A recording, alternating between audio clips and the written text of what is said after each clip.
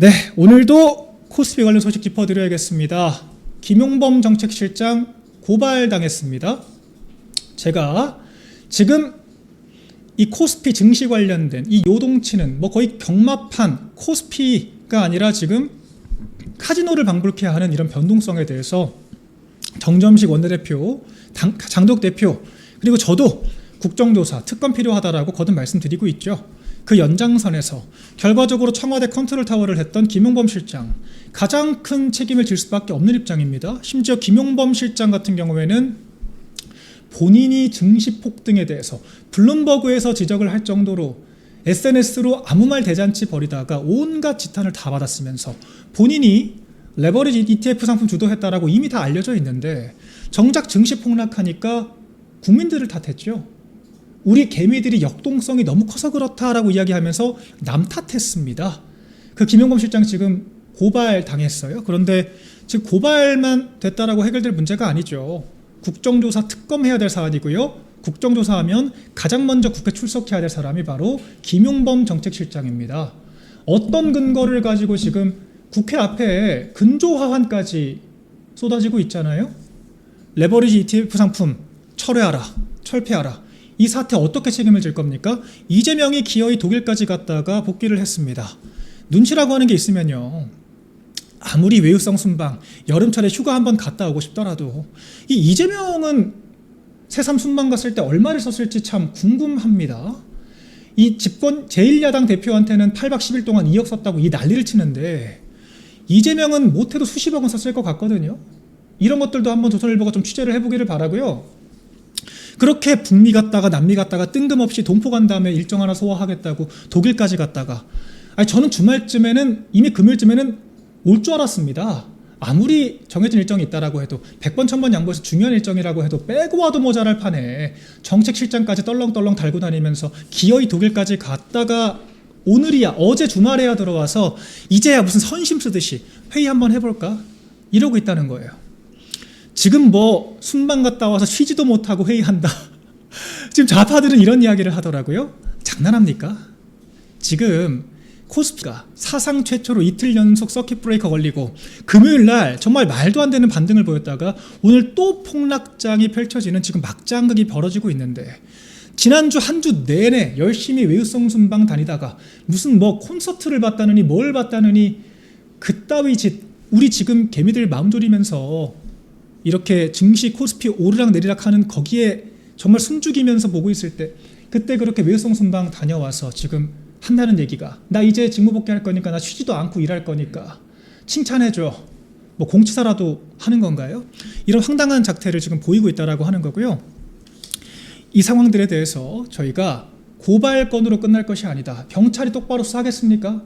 형사소송법 지금 개정돼서 고발인 사건은 무혐의 불송치 처분되면은 이의 신청도 못하는데, 검찰까지 가지도 않는데, 이런 것 가지고 지금 규명할 수 있는 문제 차원의 문제가 아니에요. 강제 수사가 필요하다, 분명히 말씀드립니다. 자, 그리고요, 오늘 선관위 관련해서 또 어마어마한 사건이 또 분출이 되고 있습니다. 주진우 의원이 어제 이어서 오늘 또 기자회견을 했죠. 주진우 의원 기자회견, 어제는 지난 대선 때 불거졌던 투표율 조작 사건을 다뤘다면 오늘은 지난 총선에도 똑같이 투표율 조작이 있었다라고 하는 거, 선관위, 선거관리위원회가 아니라 선거조작위원회가 얼마나 상습적이고 일상적으로 투표율 조작을 하고 있었는지, 전산 자체를 얼마나 일상적으로 장난질을 치고 있었는지를 적나라하게 지금 보여주고 있습니다. 결과적으로 이번 특검에서 이번 지방선거에 국한시킬 것이 아니라 지난 총선 대선 싹 다 털어봐야 한다라고 하는 거, 지금 총체적인 근거들이 드러나고 있다라고 하는 거예요. 수법도 똑같습니다. 참, 조작을 할 거면 성이라도 있어야 되는데 성의조차 없죠. 100명 단위로, 1시간에 100명 단위로 조작을 하면서 심지어 어떤 투표소에는 몇 시간 동안 투표한 인원이 한 명도 집계가 되지 않아요. 100% 조작이죠. 그리고 투표율이라고 하는 거, 지금 우리는 의심을 이미 하고 있습니다. 투표율도 전산 조작이 되는데 득표율은 조작을 못할까? 오늘 김은혜 의원도 가세를 했죠. 김은혜 의원은 더 충격적인 소식을 가지고 왔습니다.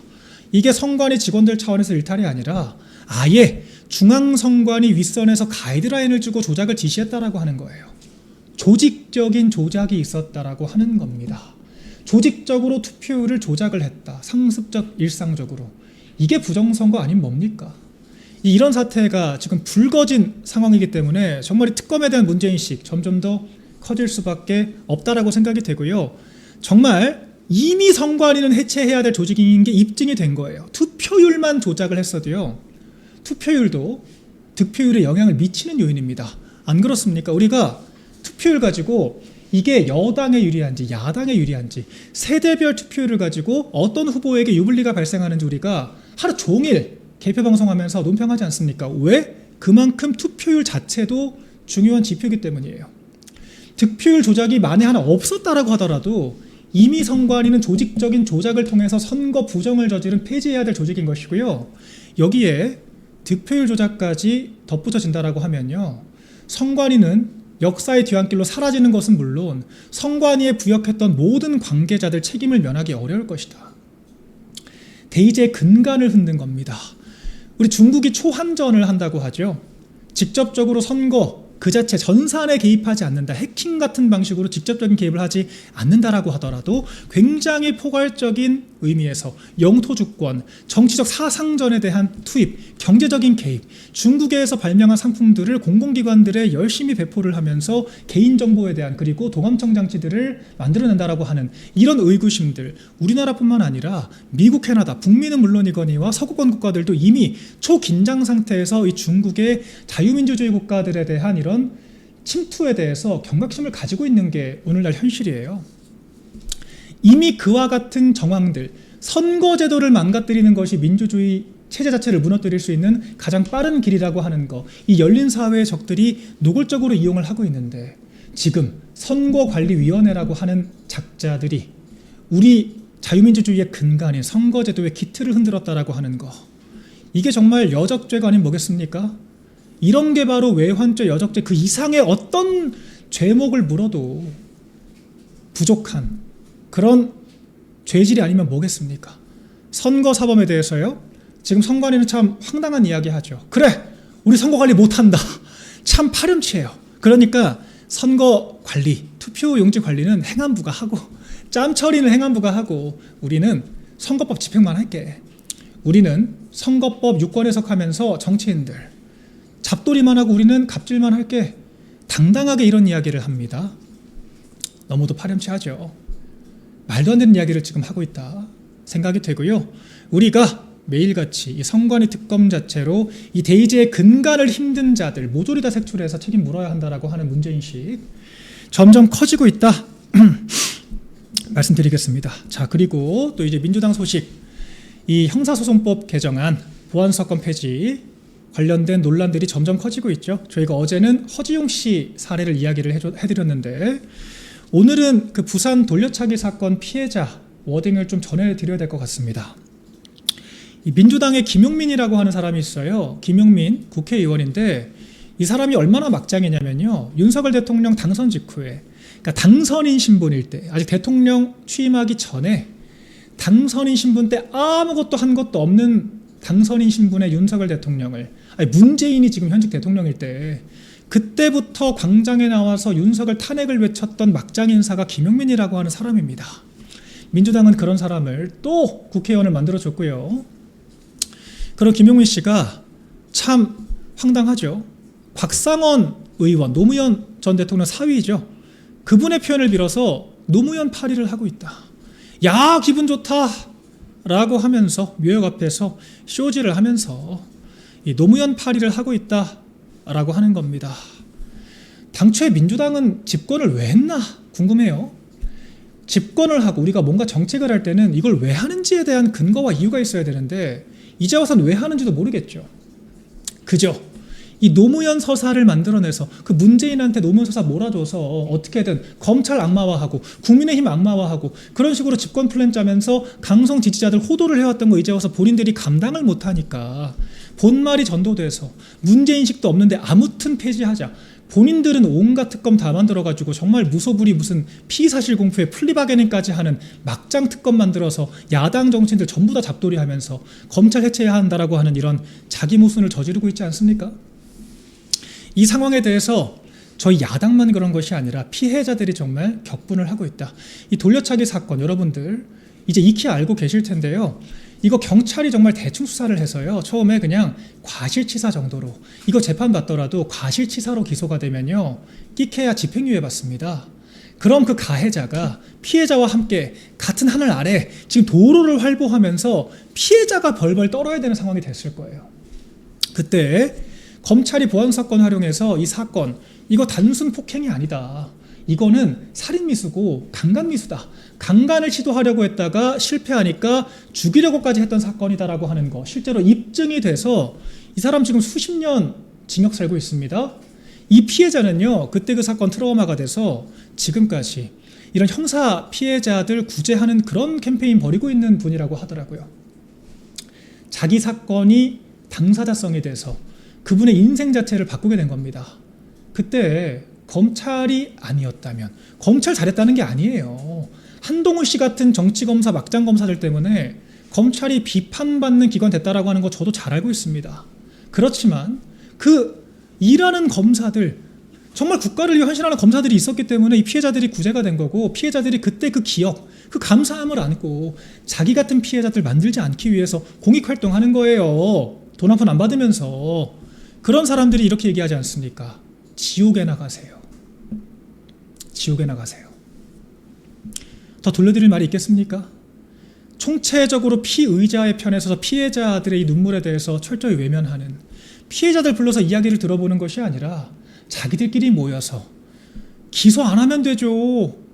보안수 하라 그랬는데 경찰이 말 안 들으면 뭐 기소 안 하면 되죠.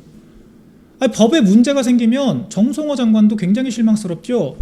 결기 있게 사표라도 쓰고 제2요구권 건의라도 할 거라고 생각을 했더니만 백기 들고 나서 집행하다가 잘못되면 폐지하면 되죠 라고 말을 바꿨습니다.